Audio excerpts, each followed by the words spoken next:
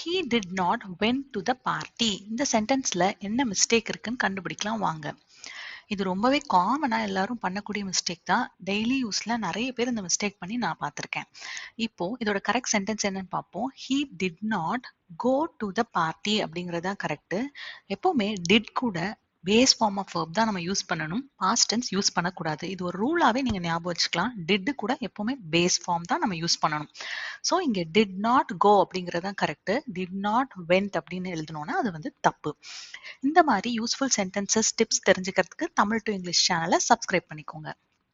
இப்போ நம்மளோட second sentence பார்க்கலாம். She is more smarter than him. இங்க என்ன சொல்ல வராங்க அப்படின்னா அவ வந்து அவனை விட ஸ்மார்ட் அப்படின்னு சொல்ல வராங்க.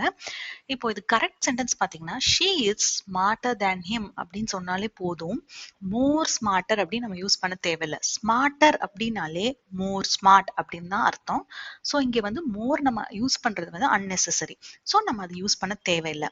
இந்த மாதிரி யூஸ்ஃபுல் சென்டென்சஸ் தெரிஞ்சுக்கிறதுக்கு இந்த சேனலை சப்ஸ்கிரைப் பண்ணிக்கோங்க. ஐ கேட்ச் அப் இன் another வீடியோ. தேங்க்யூ, பாய்.